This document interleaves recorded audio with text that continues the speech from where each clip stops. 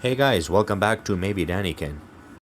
Today we'll be testing 4 different end mills: Kennametal Kor 5, Kennametal H1TE, Kennametal HPHV, and Spence Manufacturing end mill from a local toolmaker.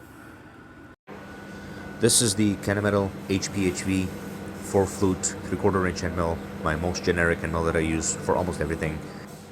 Now this one's the Kennametal H1TE 4-flute 3/4 inch end mill.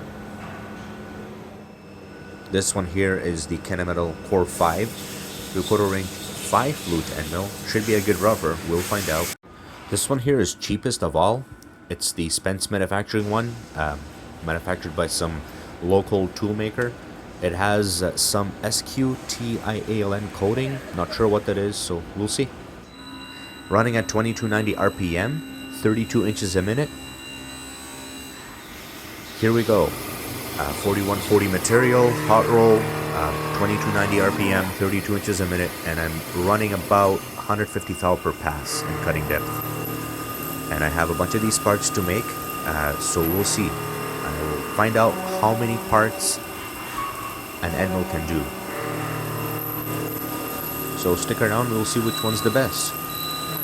I chose specifically this project for this because my end mills like to wear out pretty fast on these parts, and it's perfect for me to use up all of my end mills that cannot be used on many other projects. All of the used end mills, a little bit wear to them, whatever else. Yeah, I use them up on here. All of the end mills in this video have some wear to them, but not terrible, so they're all quite evenly worn, I should say. Alright, that's my last cut. And there we go.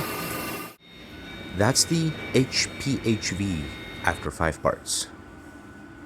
I'm not too impressed. That is my H1TE after 13 parts. Let's keep on. Let's see what's next. That's the Kor 5 on the 5th part.